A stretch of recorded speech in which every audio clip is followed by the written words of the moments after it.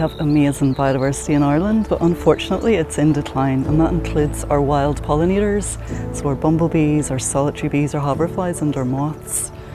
And we need those insects if we want to pollinate our fruits and vegetables, but we also need them to pollinate our wild plants. And those wild plants are the bedrock of our habitats. They sustain all other biodiversity, not to mention the joy and the health benefits that we get from those wild places where we can connect with nature.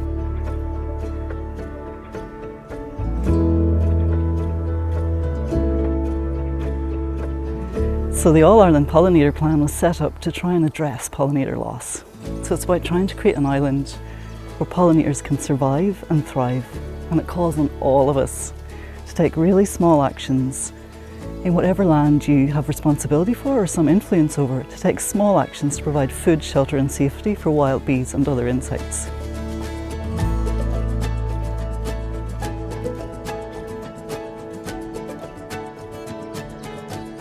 The reason why we're involved in the pollinator programme is obviously we are very aware of the damage that was done in the past to the tillage land with the sprays and things like that.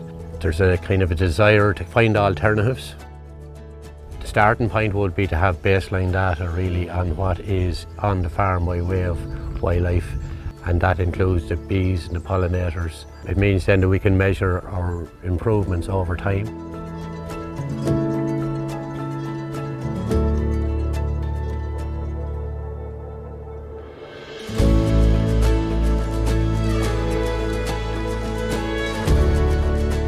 I try and manage the hedges to help the pollinators, give the trees a chance to flower.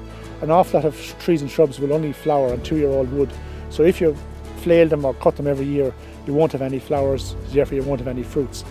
And it all plays into the life cycle of the insects. This hedgerow hasn't been cut in over 2 years now. When I am cutting an internal hedge, we try and cut it in an A shape, maybe with a flat top on it, just to thicken the hedge and to provide lighting, to really thicken it up with extra growth towards the bottom. And it also provides excellent place for bumblebees and other insects to nest at the bottom.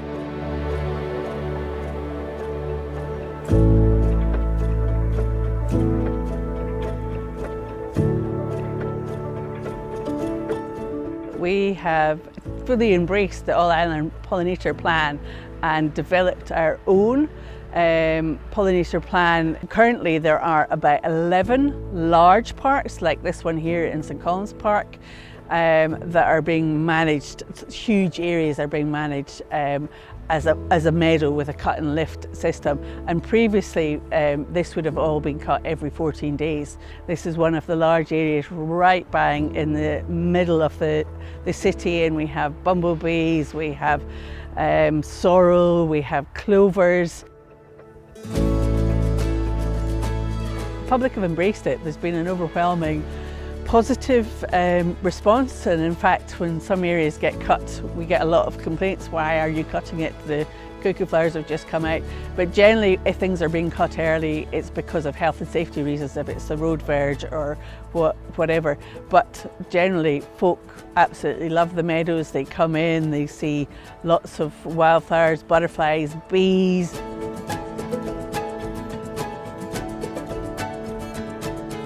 Galway City signed up to the All Ireland Pollinator Plan in 2020, and in that time, in the short 5 years, the public spaces, public green spaces in Galway have really been transformed. We're managing about 14 hectares of green spaces, so this is largely in residential areas and public spaces. And what that is we're largely having long flowering meadows. So they're cut maybe early in the season and in September. It was really a collaborative project, and to really empower the community to actually take ownership of these spaces.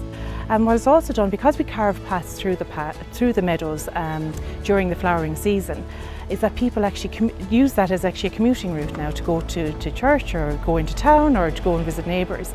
And it actually, they're immersed then in these grasslands. We've seen a huge growth in the last few years of community groups taking action for pollinators in towns and villages, and a lot of these groups are acknowledged and rewarded through pollinator awards, and there's several of these now across the island of Ireland. There's the Green Flag Pollinator Awards in the Republic of Ireland and in Northern Ireland, and then there's the Tidy Towns Local Authority Pollinator Award, which is administered by the Local Authority Heritage and Biodiversity Officer Network, and the National Biodiversity Data Centre. And we've seen some amazing work happening now as a result of that. Towns, tiny rural towns, large urban community groups, and a lot of groups are using it as an opportunity to bring people together.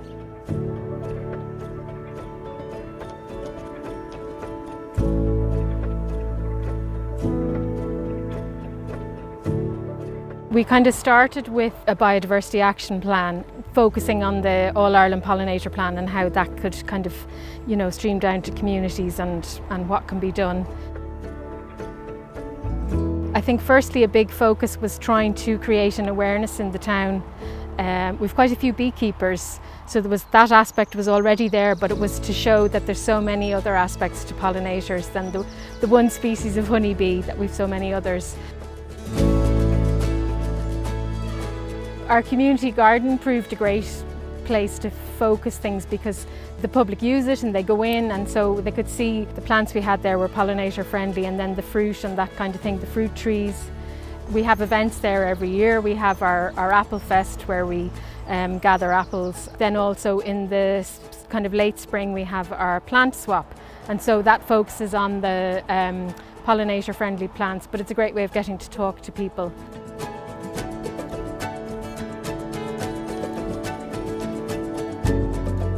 I suppose our main action has been the let it grow. We just leave our meadow grow, and we've cut paths through it so the children can run through. We have planted a lot of spring bulbs, so a lot of crocuses and bluebells and different things that are coming up every spring. I think it's made a big difference to our school, hasn't it? We've added our outdoor classroom, and our campus is more in use. We're using this field a lot more, and there are different areas of the campus that traditionally we wouldn't have used maybe. And I suppose I also feel that for the children in particular that might have an opportunity to be outside in nature and just enjoying nature and just immersing themselves in it, like the pathway that we have in our No-Mow area, like it's wonderful for the children to be able to run through that and just feel it and to experience nature, listen to it, hear it, smell it, everything.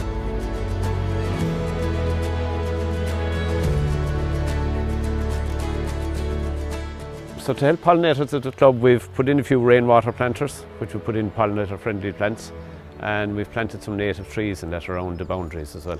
The walkway was put in here about 4 or 5 years ago, and at that time then we joined the green clubs. Any areas that aren't close to the pitch, we leave them unmowed and unsprayed, and we do see that there's plenty of wildflowers popping up there. And the native hedgerows as well, we just leave them grow. The response has been great. We've had, the walkway now, we have a 1 kilometre walkway around the place, and people come and use it every day. We've had schools and classes down here as well.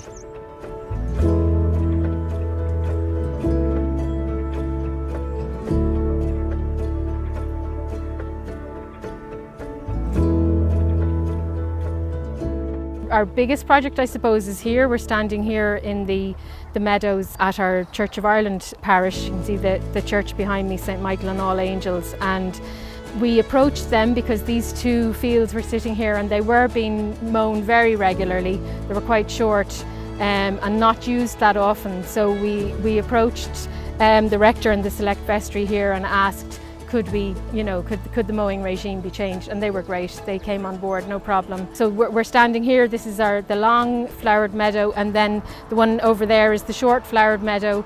And once paths were mown through it, the public started coming in and using it and having picnics and whatever, and it's lovely.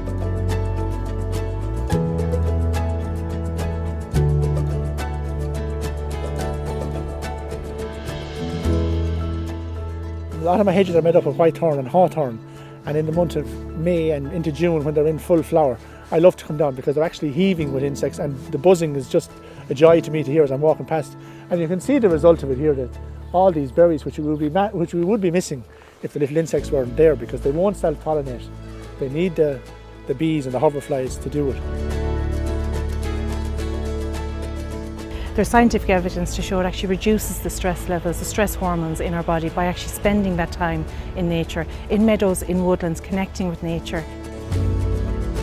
It's something that we already know it's in us, we already know that we're connected to nature, we are part of nature, but there's all this science around it now, and obviously all these issues with stress and anxiety and climate anxiety, biodiversity anxiety, by actually empowering communities to create spaces for nature, they're making meaningful actions for pollinators, but they're also helping themselves and helping their children and all age groups within the community.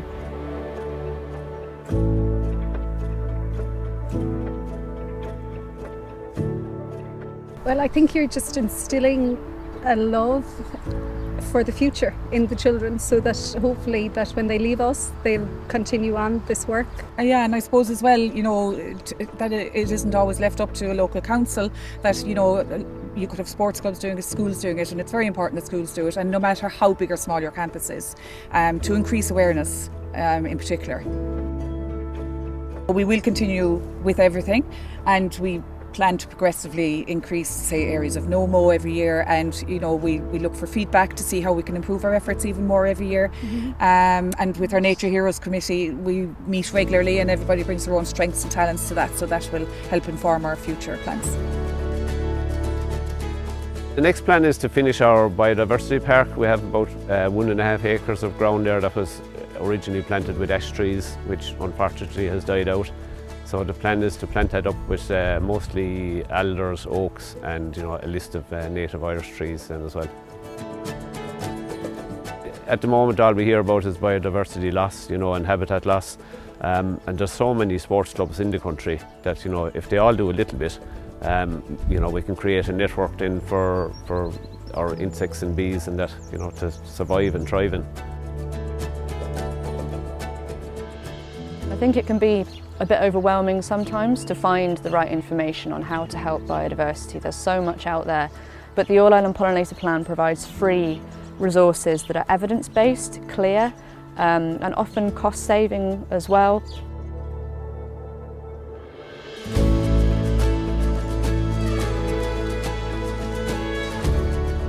The All Ireland Pollinator Plan and the documents and the council, in particular the council focused part of the plan, has been brilliant. It's a one-stop shop for everything you need to know as a council carrying out our functions. It is a perfect document to help us do different activities, see what planting's good, see what activities we can do. So if one council is doing one thing, you know, I can phone up and speak to Belfast City Council and see how they did this, or I can call up the Biodiversity Centre and say, you know, has anybody done this? And the knowledge share has been absolutely fantastic. And the more councils that are involved, the more it becomes mainstream and norm, and the more it becomes easier to deliver this kind of activity within our council area.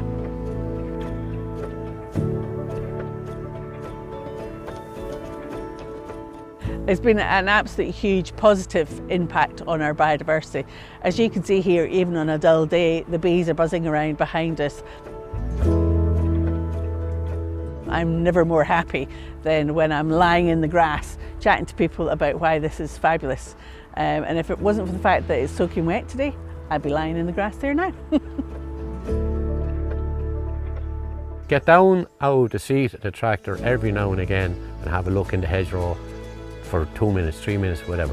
The more you see plants and butterflies and bumblebees and hoverflies and mason bees and all that you previously weren't aware of, it is almost in your heart as a farmer to appreciate and give yourself a little clap in the back when you see stuff that you haven't seen before and say, gee, I must be doing something good.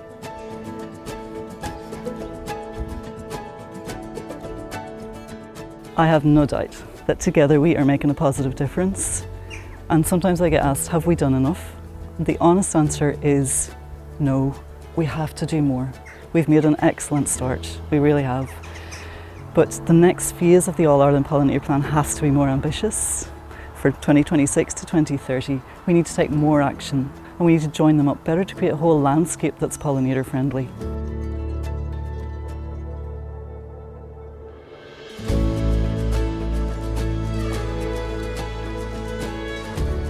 I want to say thank you to everyone who's engaged with the Pollinator Plan in the second phase and have taken action to help.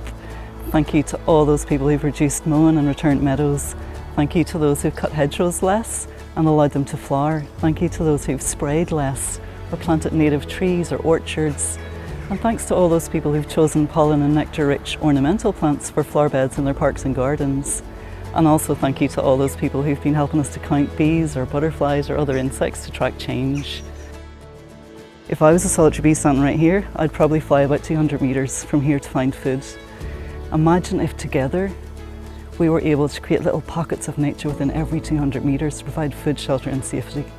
If we could do that, the benefits to pollinators, to biodiversity, to climate, as well as to our own health and well-being, it would be huge.